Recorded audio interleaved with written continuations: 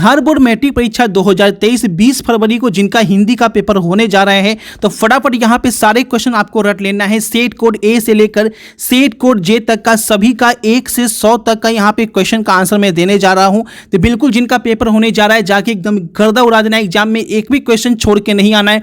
फटाफट सभी दोस्तों को शेयर कर दीजिए ताकि सभी का एग्जाम जो है जबरदस्त तरीके से चल सके। और यहाँ पे व्हाट्सएप ग्रुप का लिंक दिया गया है डिस्क्रिप्शन में, जरूर से ज्वाइन कर लेना सभी व्हाट्सएप ग्रुप, और फटाफट सभी को शेयर कर दें, लाइक कर दें, एग्जाम में जाके तहलका मचा देना एकदम।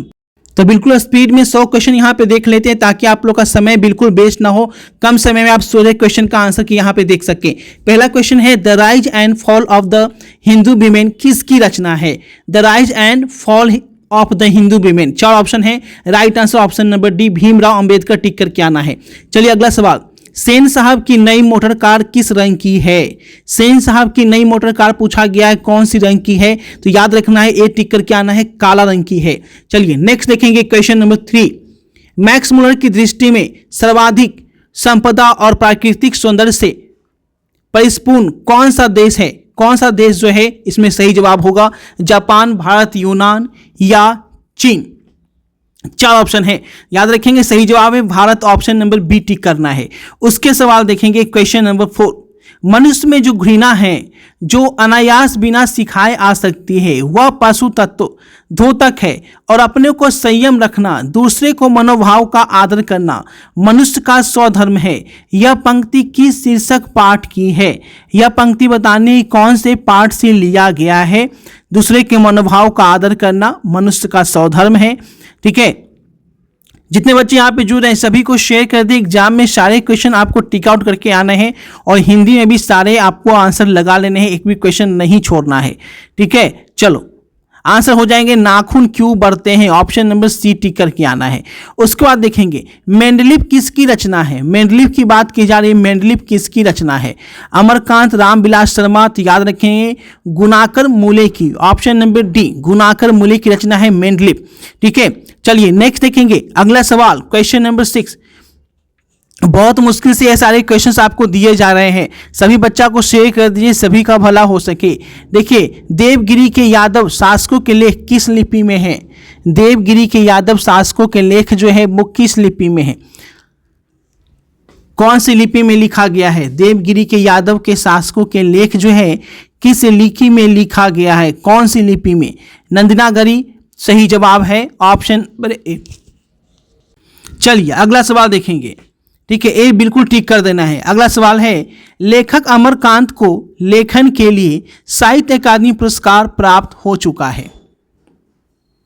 कौन से लेखन के लिए उन्हें साहित्य अकादमी पुरस्कार मिला था अमरकांत को? तो याद रखें कथा लेखन के लिए, ऑप्शन नंबर बी टिक करके आना है, कथा लेखन बिल्कुल सही जवाब है। उसके बाद देखेंगे बहादुर कैसा लड़का था? बहादुर की बात की जा रही है, क्या वो बदमाश था, शरारती था, हंसमुख था, मेहनती था? तो सही जवाब है हंसमुख और मेहनती दोनों, ऑप्शन नंबर सी टिक करना है। चलिए क्वेश्चन नंबर 9 देखेंगे फटाफट तरीके से, एक बार शेयर कर दीजिए दबा के एकदम, एग्जाम में गर्दा उड़ा देना है, एक भी क्वेश्चन छोड़ के नहीं आना है।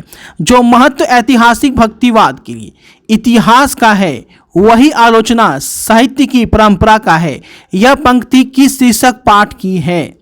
श्रम विभाजन, जाति प्रथा, 20 के दांत, मछली, परंपरा का मूल्यांकन। सही जवाब क्या होगा? 4 ऑप्शन यहाँ पे है, एकदम राइट आंसर बताएंगे सही जवाब क्या होगा। बिल्कुल डी होगा, है ना, परंपरा का मूल्यांकन, ऑप्शन नंबर डी बिल्कुल सही जवाब है। उसके बाद देखेंगे क्वेश्चन नंबर 10, कौन आमलेट नहीं खाता था? आमलेट जो है कौन नहीं खाता था? चाचा जी, पंडित बिरजू महाराज, बाबूजी या शंभू महाराज? कौन जो है वो आमलेट नहीं खाते थे? पंडित बिरजू महाराज जो है वो आमलेट नहीं खाते थे, बी टिक करके आना है। चलिए अगला सवाल देखेंगे यहाँ पे, नेक्स्ट क्वेश्चन देखेंगे। ठीक है, फटाफट तरीके से देख लेंगे, एकदम देरी नहीं करना है, सारे प्रश्नों का जवाब दिया जा रहा है। शेयर कर दीजिए, व्हाट्सएप ग्रुप का लिंक डिस्क्रिप्शन में ज्वाइन कर लीजिएगा क्योंकि वहीं सारे वायरल क्वेश्चंस मिलते हैं, और एग्जाम के बाद रिजल्ट कब आएगा उसका भी अपडेट व्हाट्सएप ग्रुप पे आपको मिलता रहेगा। चलिए, अशोक वाजपेयी के पिताजी का क्या नाम था? अशोक वाजपेयी के पिताजी का नाम गिरिजानंद वाजपेयी, जगदानंद वाजपेयी, परमानंद वाजपेयी या अच्युतानंद वाजपेयी? अशोक वाजपेयी के पिताजी का नाम क्या था? चलिए एकदम शेयर कर दीजिए, एग्जाम में जब छोड़ना नहीं है क्वेश्चन। अशोक वाजपेयी के पिताजी का नाम पूछा जा रहा है, तो याद रखेंगे सही जवाब जो होगा अशोक वाजपेयी के पिताजी कौन थे? गिरजानंद, जगदानंद, परमानंद। तो सही जवाब है परमानंद, बिल्कुल सही जवाब है। चलिए नेक्स्ट देखेंगे अगला सवाल। बिलनत्व की बात की जा रही है, बिलनत्व क्या है? फ्रांस का शहर, फ्रांस का मंदिर या फ्रांस का मस्जिद? तो राइट आंसर है ऑप्शन नंबर डी, फ्रांस का एक छोटा सा गांव है ना। चलिए अगला सवाल देखेंगे। लेखक को गीले कपड़ों में देखकर कौन नाराज हो गई थी? लेखक को गीले कपड़ों में देखकर कौन नाराज हो गई थी? माँ, दीदी, नानी या चाची? लेखक को गीले कपड़ों में देखकर कौन नाराज हो गई थी? दीदी नाराज हो गई थी, है ना। राइट आंसर क्या है? दीदी। चलिए अगला सवाल देखेंगे फटाफट तरीके से। लेखक यतीन्द्र मिश्र का जन्म कब हुआ था? लेखक यतीन्द्र मिश्र का जन्म कब हुआ था? 1975, 1976, 1977 या 1978 ईस्वी को? लेखक यतीन्द्र मिश्र का जन्म कब हुआ था? चलिए याद रखेंगे सही जवाब होगा ऑप्शन नंबर बी, 1976 ईस्वी में लेखक यतीन्द्र का जन्म हुआ था। अगला सवाल देखेंगे। जीवन के आरंभिक दिनों में बिस्मिल्लाह खां को संगीत के प्रति आसक्ति कैसे हुई? जीवन के आरंभिक दिनों में बिस्मिल्लाह खां को संगीत के प्रति आसक्ति कैसे हुई? तो जाकिर हुसैन के संगीत से, है ना। राइट आंसर होगा जाकिर हुसैन के संगीत से। काशी किसकी पाठशाला है? काशी जो है वो किसकी पाठशाला है? विद्या की, संस्कृति की? सही जवाब है संस्कृति की, ऑप्शन नंबर बी टिक करना है। चलिए नेक्स्ट देखेंगे अगला सवाल। यहाँ पे बिहार विद्यालय परीक्षा समिति ने क्या पूछा है? जिनका भी एग्जाम है सभी को शेयर कर दीजिए ताकि सभी बच्चे का एग्जाम बहुत अच्छा जा सके, बहुत शानदार जा सके, एकदम टेंशन नहीं लेना है। राष्ट्रपति महात्मा गांधी का जन्म कब हुआ था? 1870, 1871, 1869 या 1872? तो याद रखेंगे 1869 ईस्वी में महात्मा गांधी का जन्म हुआ था। नेक्स्ट देखेंगे अगला सवाल। गांधी जी को महात्मा किसने कहा था? कौन गांधी जी को महात्मा कहे थे? स्वामी विवेकानंद, राजा राम मोहन राय? तो याद रखेंगे रविंद्रनाथ टैगोर ने कहा था। राइट आंसर हो जाएगा रविंद्रनाथ टैगोर ने कहा था।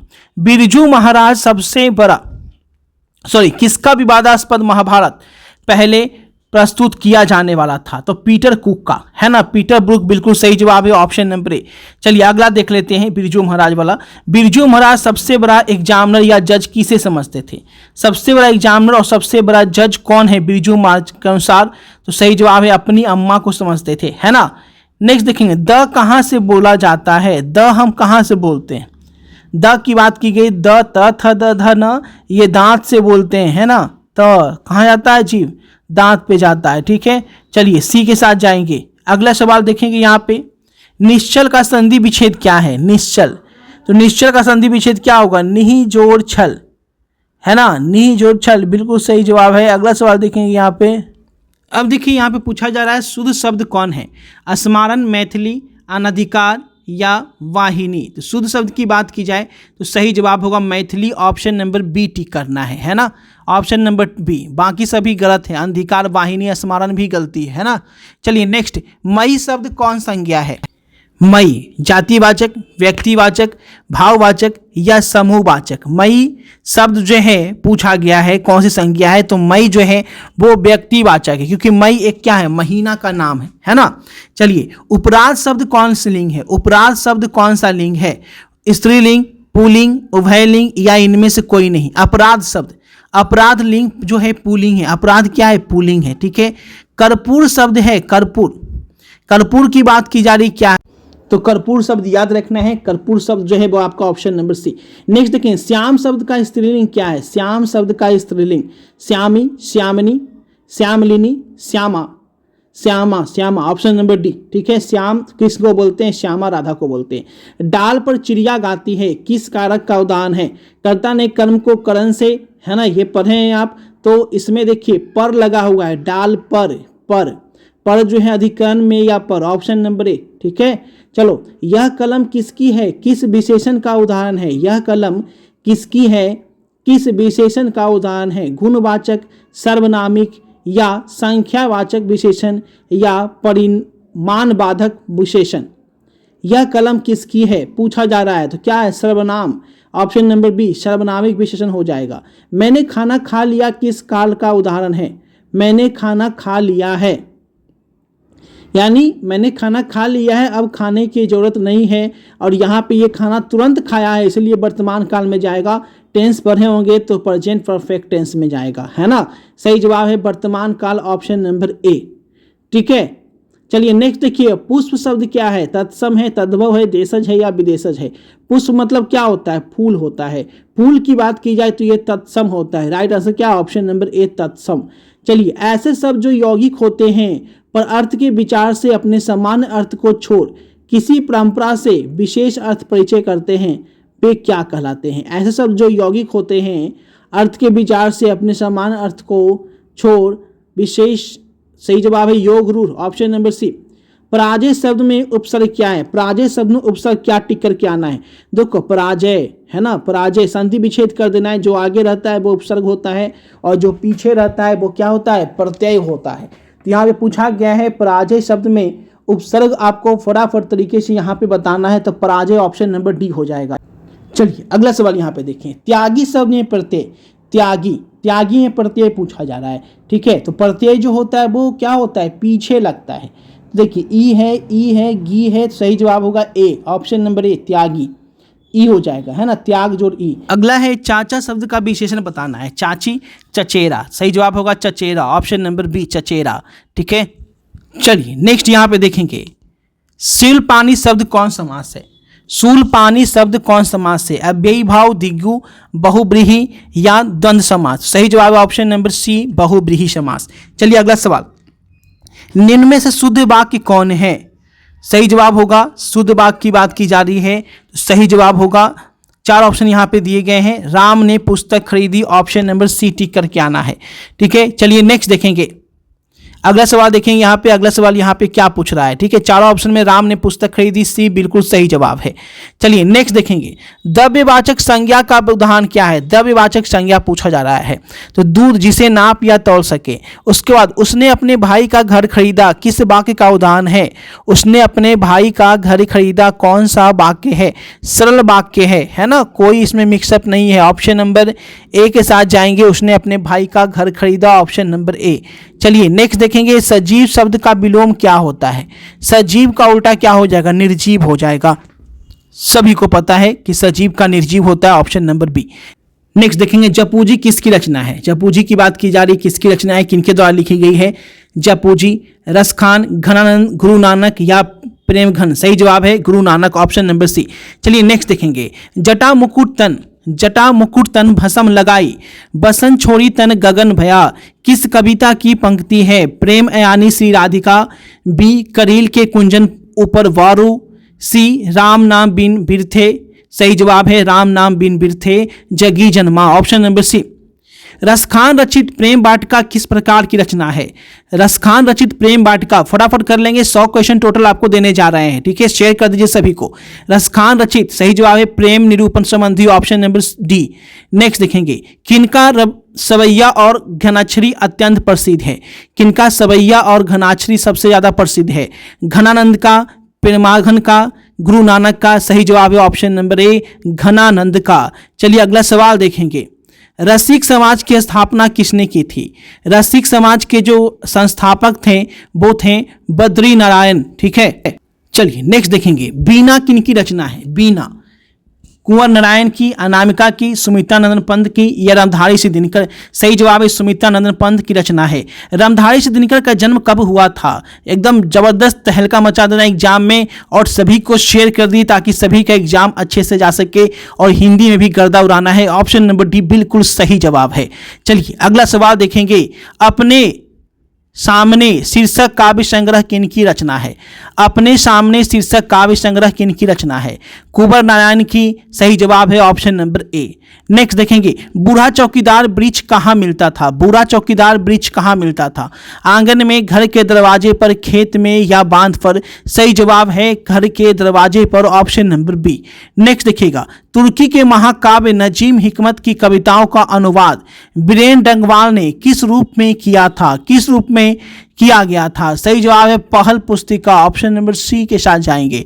चलिए नेक्स्ट देखेंगे, रेनर मारिया रिल्के की माता का क्या नाम था? रेनर मारिया रिल्के की माता का क्या नाम था?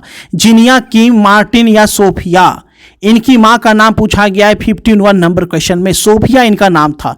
ठीक है, चलो अगला सवाल देख लीजिए जल्दी जल्दी। किनकी आरंभिक काव्यिक प्रकृति और सौंदर्य के संवेदनशील अभिव्यक्तियों से परिपूर्ण है? वो कौन है? सुमित्रानंद पंत, रसखान, गुरु नानक या घनानंद? सही जवाब आपको बताना है कि आखिर वो कौन है। फटाफट आंसर एकदम लगा देना है। चलिए सही जवाब याद रखना है, सुमित्रानंद पंत, ऑप्शन नंबर ए बिल्कुल सही जवाब है। चलिए नेक्स्ट देखेंगे, कवि प्रेमघन के अनुसार भारत में आज कौन सी वस्तु दिखाई नहीं देती है? सही जवाब है भारतीयता आजकल नहीं दिखाई देती है ना। नेक्स्ट देखेंगे, कवि गुरु नानक के अनुसार इस दुनिया में राम नाम कीर्तन के बिना क्या व्यर्थ है? जन्म और जीवन, ऑप्शन नंबर सी टिक करना है, ऑप्शन नंबर सी। चलिए नेक्स्ट देखेंगे, उत्तर प्रियदर्शी शीर्षक नाटक की रचना क्या है? उत्तर प्रियदर्शी जो शीर्षक नाटक है उसकी रचना जो है वो किनके द्वारा की गई है? 4 ऑप्शन यहाँ पे है। उत्तर प्रियदर्शी शीर्षक नाटक रचनाकार जो है वो है Sachchidanand Hiranand Vatsyayan, option number A. चलिए नेक्स्ट सवाल देखेंगे, जनता की रोके राह समय में ताव कहाँ? यह जिधर चाहती काल उधर ही मुड़ता है। प्रस्तुत पंक्तियाँ किस कविता से ली गई है? जनता की रोके राह समय में अब ताव कहाँ है? वह जिधर चाहती है काल उधर ही मुड़ जाता है। और यह लाइन जो है वो कहाँ से लिया गया था? स्वदेशी, जनतंत्र जन्म का, या भारत माता, या हिरोशिमा? तो राइट आंसर आपको याद रखना है ऑप्शन नंबर बी, जनतंत्र का जन्म, ऑप्शन नंबर बी। कुंवर नारायण का जन्म कब हुआ था? कुंवर नारायण का जन्म कब हुआ था? 1926, 1925, 1927 या 1928 ईस्वी को कुंवर नारायण साहब का जन्म पूछा गया है। 1927 याद रखिएगा, ऑप्शन नंबर बी टिक की सी टिक कीजिएगा। हमारी नींद कविता ने किसका जीवन क्रम पूरा हुआ? सही जवाब है मक्खी का, option number D. Sumitranand Pant का अंतिम काव्य क्या है? सुमित्रानंद पंत का अंतिम काव्य पूछा गया है तो लोकायतन है। सही जवाब है ऑप्शन नंबर ए। नेक्स्ट देखेंगे, मानव का रचा सूरज मानव को भाव बनाकर सोख गया, यह पंक्ति किस कविता से ली गई है? मानव का रचा हुआ सूरज मानव को भाव बनाकर सोख गया, ये हिरोशिमा से रचित है, ऑप्शन नंबर बी। चलिए नेक्स्ट देख लीजिए फटाफट, जो पुरुष कविता रचता है के लिए प्रत्येक शब्द कौन है? ठीक है, 100 क्वेश्चन पूरा आपको दे देते हैं जल्दी जल्दी। ठीक है, टाइम आपका वेस्ट नहीं करना है ताकि सभी लोग को शेयर कर दीजिए। कभी बिल्कुल सही जवाब ऑप्शन नंबर सी।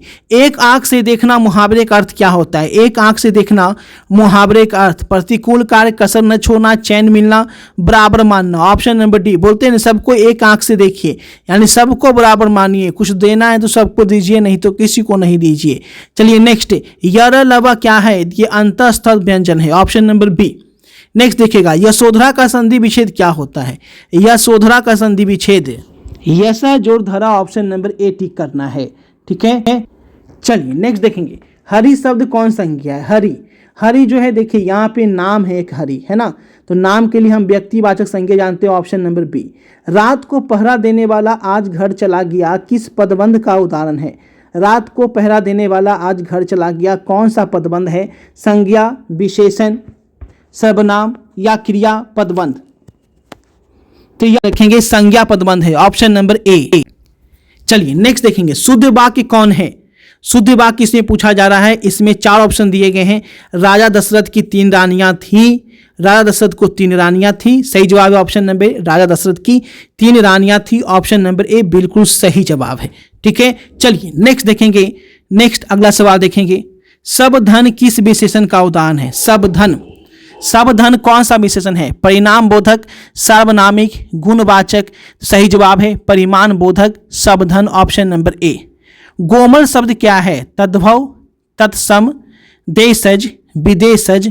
गोमल की बात की जा रही है, गोमल शब्द याद रखेंगे तत्सम शब्द है ना, गोमल क्या है? तत्सम है। चलिए नेक्स्ट देखेंगे, उपकार शब्द में उपसर्ग क्या है? उपकार, उपकार तो क्या होगा? उप जोड़ car, option number D. Next देखेंगे, शब्दांश कितने प्रकार के होते हैं? 71 में आपको पूछा जा गया है, शब्दांश 2 प्रकार के होते हैं, ए टिक करके आना है। सर्प शब्द में प्रत्यय पूछा गया है कि सर्प में प्रत्यय क्या होता है? प्रत्यय जो पीछे लगा रहता है उसी को बोलते हैं प्रत्यय। संधि विच्छेद करेंगे सर्प का, उसके बाद प्रत्यय का इसका आंसर देंगे। ठीक है, ध्यान से देखिएगा, सही जवाब है ऑप्शन नंबर ए। ठीक है, ए के साथ जाएंगे। अपमान शब्द का विशेषण क्या है? अपमान शब्द का विशेषण, अपमान से बनेगा अपमानित, ऑप्शन नंबर बी। नेक्स्ट देखेंगे सभापति शब्द में कौन सा समास है? सभापति शब्द में कौन सा समास है? अव्ययीभाव, कर्मधारय, तत्पुरुष या बहुब्रीहि।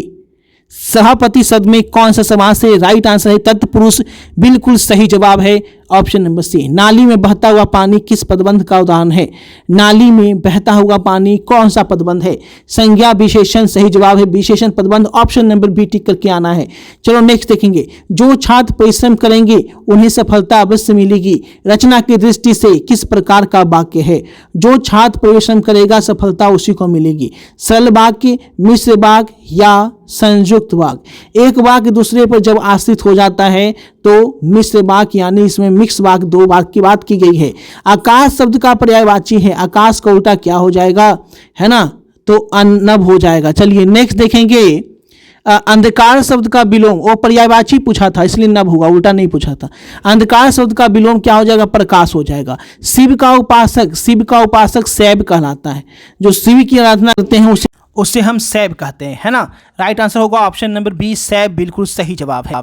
चलिए नेक्स्ट देखेंगे, घी के दिए जलाना मुहावरे का अर्थ क्या होता है? घी के दिए जलाना, तो घी के दिए जलाने का मतलब होता है लाभ पर प्रसन्नता व्यक्त करना, ऑप्शन नंबर ए। चलिए सोना कौन सा लिंग है? सोना की बात की जा रही, अब सोना कौन सा लिंग होता है? सोना स्त्रीलिंग है, पुल्लिंग है, उभयलिंग है या इनमें से कोई नहीं? सही जवाब है पुल्लिंग, सोना पुल्लिंग होता है। चलिए नेक्स्ट, घड़ी शब्द क्या है? घड़ी व्यक्तिवाचक, जातिवाचक, भाववाचक या समूहवाचक? घड़ी शब्द क्या है? जातिवाचक, सभी घड़ी का बोध हो जाता है ना, ऑप्शन नंबर बी टिक करके आना है। चलिए नेक्स्ट देखेंगे, जेठ शब्द का स्त्रीलिंग क्या होता है? जेठ शब्द जो है उसका स्त्रीलिंग क्या होता है? ठीक है, जहाँ क्वेश्चन देखिए क्या पूछा है, जेठ का स्त्रीलिंग क्या होता है? जेठिन, जेठाइन, जेठानी या जेठ नानी? सबको पता होना चाहिए, 83 नंबर क्वेश्चन में याद रखेंगे जेठानी होता है, ऑप्शन नंबर सी। चलिए बखूबी शब्द में कौन समास है? बखूबी शब्द में कौन सा समास है? तत्पुरुष या अव्ययी भाव? सही जवाब है अव्ययी भाव समास। नेक्स्ट देखेंगे, रमेश आ रहा होगा किस काल का उदाहरण है? देखिए आ रहा होगा यानी ये बात की जा रही है भविष्य काल की, ऑप्शन नंबर बी टिक करना है। मंगम्मा को किसका विवाद था? मंगम्मा को किससे विवाद था? बेटा से, पति से, बहू से विवाद था, ऑप्शन नंबर सी बहू से विवाद था। नेक्स्ट देखेंगे, किस चिंता से लक्ष्मी को नींद नहीं आती थी? सूखा की, भूकंप से, बीमारी की या बाढ़ की? किसकी चिंता थी लक्ष्मी को? बाढ़ की चिंता थी, ऑप्शन नंबर डी। सात कोरी होता का जन्म कब हुआ था? सात कोरी होता का जन्म कब हुआ था? 1928 में, 1927 में, 1929 में या 1926 में? सही जवाब है 1929। माँ के दोनों पुत्र पढ़ लिखकर कहाँ काम में लगे हुए थे? माँ के जो दोनों बेटे थे पढ़ लिखकर कहाँ काम कर रहे थे? गांव में, पहाड़ पर, खदान में या शहर में? राइट आंसर है शहर में, ऑप्शन नंबर डी। चलिए अगला सवाल देख लेते हैं, फटाफट तरीके 100 क्वेश्चन कर लेते हैं। मंगू कितने वर्ष की है? मंगू कितने वर्ष की है? 12, 13, 14 या 15 साल की? मंगू 12 साल की है, ऑप्शन नंबर ए। नेक्स्ट देखेंगे, मदुरै पांडी लोगों की दूसरी राजधानी यह कहां लिखा हुआ है? सही जवाब आपको बताना है। मदुरै पांडे लोगों की दूसरी राजधानी है, यह कहां लिखा हुआ है? 4 ऑप्शन यहां पे दिए गए हैं। सही जवाब है ऑप्शन नंबर बी, कार्डवेल के तुलनात्मक व्याकरण में। बल्ली अमाल की लड़की का क्या नाम था? 4 ऑप्शन है, बल्ली, सही जवाब है ऑप्शन नंबर सी। नेक्स्ट देखेंगे, बल्ली अमाल किस रंग की साइकिल रिक्शे पर सवार हुई? कौन से रंग की साइकिल रिक्शा था? याद रखेंगे ऑप्शन नंबर सी, पीले रंग की थी, है ना, ऑप्शन नंबर सी टिक करके आना है। सीता क्या देखकर रुआसी हो गई? सीता जो है वो क्या देखकर जो है वो रुआसी हो गई थी? ठीक है, सी है, बिल्कुल सही है। सीता क्या देखकर रुआसी हो गई? सफेद ओढ़ना, सही जवाब है काला ओढ़ना, ऑप्शन नंबर डी। नेक्स्ट देखेंगे, नारायणी की पत्नी का क्या नाम था? नारायणी की पत्नी का क्या नाम था? भबरी था, ऑप्शन नंबर ए। ठीक है, एकदम शेयर कर दीजिए सभी को, एग्जाम में एकदम गर्दा उड़ा देना है कल, जितने बच्चे हैं सभी को शेयर कर दीजिए। हेड नर्स का नाम क्या था? हेड नर्स का नाम क्या था? जिमी, मिरांडा, नसरीन या मिली? सही जवाब है मिरांडा या जिमी, बी मिरांडा, बिल्कुल सही जवाब है। चलिए नेक्स्ट, वेदना कितनी क्रूरता से जांच कांच रही थी, उसका साक्षात्कार किस जीवन में पहली बार हुआ? वेदना कितनी क्रूरता से कांच रही थी, उसका साक्षात्कार किसे जीवन में पहली बार हुआ था? पुत्री के बहन को, सही जवाब है पुत्र, ऑप्शन नंबर सी। चलिए नेक्स्ट, ढाते विश्वास शीर्षक कहानी में स्कूल के 2 कमरों में लगभग कितने खचाखच भरे गए थे? 400, 300, सही जवाब है 200। ठीक है, चलिए next option number D. Srinivas किसके साहित्यकार हैं? श्रीनिवास किसके साहित्यकार हैं? अंग्रेजी के, हिंदी के, उर्दू के या कन्नड़ के? तो याद रखेंगे, राइट आंसर आपको टिक करके आना है। ठीक है, व्हाट्सएप ग्रुप आपको जरूर से ज्वाइन कर लेना है, कन्नड़ के, ऑप्शन नंबर डी। ठीक है, व्हाट्सएप ग्रुप सभी को ज्वाइन कर लेना है, छोड़ना नहीं है, और आंसर की भी आपको याद कर लेना है। सही जवाब है किसका बेटा था? तो ऑप्शन नंबर ए, लक्ष्मी का बेटा था अच्युत, है ना। शेयर कर दीजिए सभी को, एकदम तहलका मचा